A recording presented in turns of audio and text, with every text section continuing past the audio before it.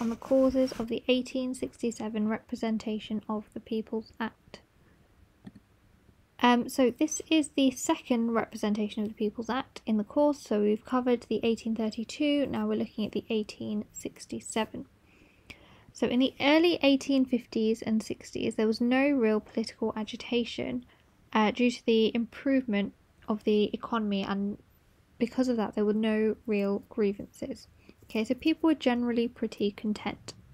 We've got Viscount Palmerston. He was a Liberal and he was the Prime Minister up until 1865, where he passes away.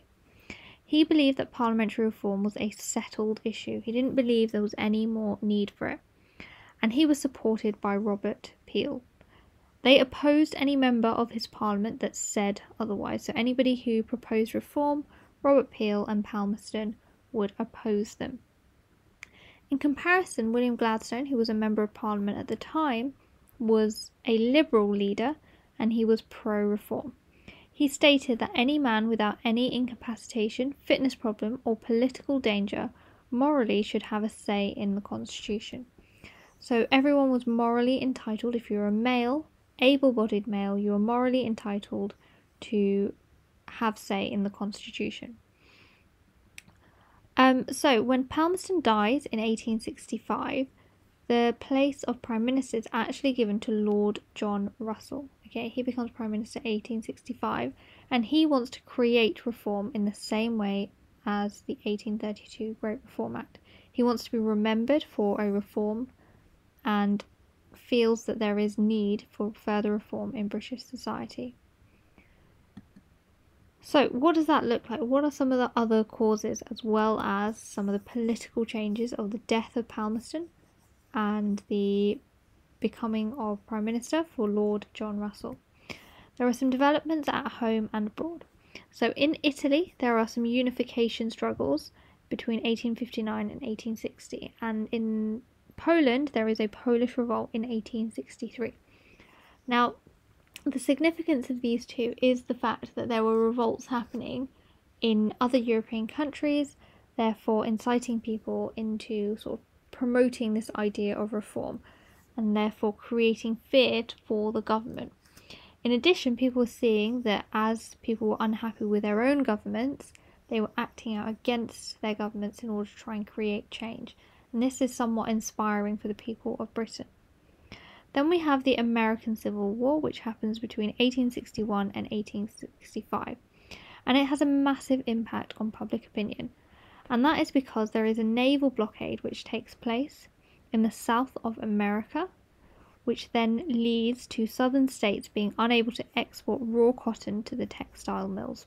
Okay, and these textile mills are based predominantly in the north of England. So the lack of cotton essentially means that these cotton mills, these textile mills, in Lancashire, undergo a cotton famine, and that happens between the years 1861 and 65.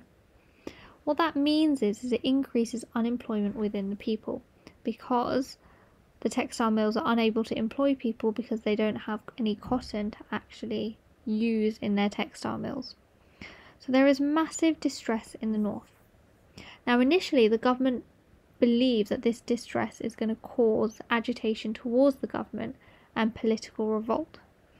But actually, the northern mill workers support Lincoln against the southern states. So this naval blockade in the south, they support that because it's supposed to, the blockade is due to anti-slavery movements, and it persuades the Liberals, who were in Parliament at the time, and the Radicals that increasing the franchise would not pose a threat to existing political order. So the actions of the workers, their peaceful kind of retaliation, or their peaceful response, to the cotton famine, suggested to the government that they would be able to extend the franchise, give people the right to vote without it messing with the current political order. Okay, therefore acting as a cause for reform. So here, despite there being a poor economy, the behaviour, the actions of the people allowed the government to see that they would be responsible enough to be given reform and maintain the political order. So arguably, the cause for reform here is vested interests. The government want to keep the people on side. They want to keep the workers from revolting against the cotton famine and keep law and order, therefore extending the franchise. The demand for reform in 1867 also predominantly comes from other factors such as political parties. So the demand for reform is driven by a number of organised political parties like Thomas Attwood's Birmingham Political Union. Okay, and that kind of rises in the 1830s, but then in 1864 we have the introduction of the Reform Union. Okay, so this happens in 1864.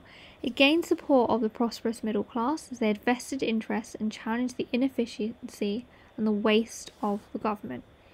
Okay, so the middle class really felt that the government wasted lots of resources, lots of money on things that were irrelevant to them.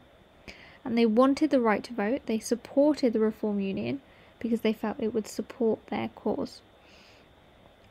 And another reason why the support for the Reform Union increased is due to the Crimean War in 1854 to 56. Now here, a large number of British soldiers lost their lives. And this participation of the Brits in the war meant that resources were being channeled into war instead of into the country, thus angering the people further. So they wanted, all this unhappiness meant that they wanted the right to vote. They wanted to increase franchise towards the middle class further. Now the National Reform Union felt that increased franchise would lead to a more efficient and effective parliament. They wanted moderate extension, and they proposed the Secret Ballot Act. Okay, so the Reform Union of 1864 proposed the Secret Ballot Act. This then later was published in 1872, so you can see that actually their push for reform was somewhat successful as the Secret Ballot Act came into play. And just to remind you, the Secret Ballot Act is this idea that nobody should see who you're voting for, essentially eliminating bribery and allowing people to vote as they please. So the Reform Union only actually lasted 1 year. We then see the creation of the Reform League in 1865. Now this is a much larger, much more formidable group who was committed to gaining universal male suffrage. So instead of just extending it a little bit, according to the Reform Union, so increasing for the middle class and the Secret Ballot Act, the Reform League are actually pushing for universal male franchise. They had a strong following with the trade unionists and skilled working class because, unlike the Reform Union, who only appealed to the middle class, the Reform League appealed to all. So they have a strong following with the trade unionists and skilled working class, as they said they wanted to improve trade union rights and have extensive labour laws. So we can see that the Reform League are gaining a significant amount of following. So these are how political parties pushed for the causes of reform in 1867.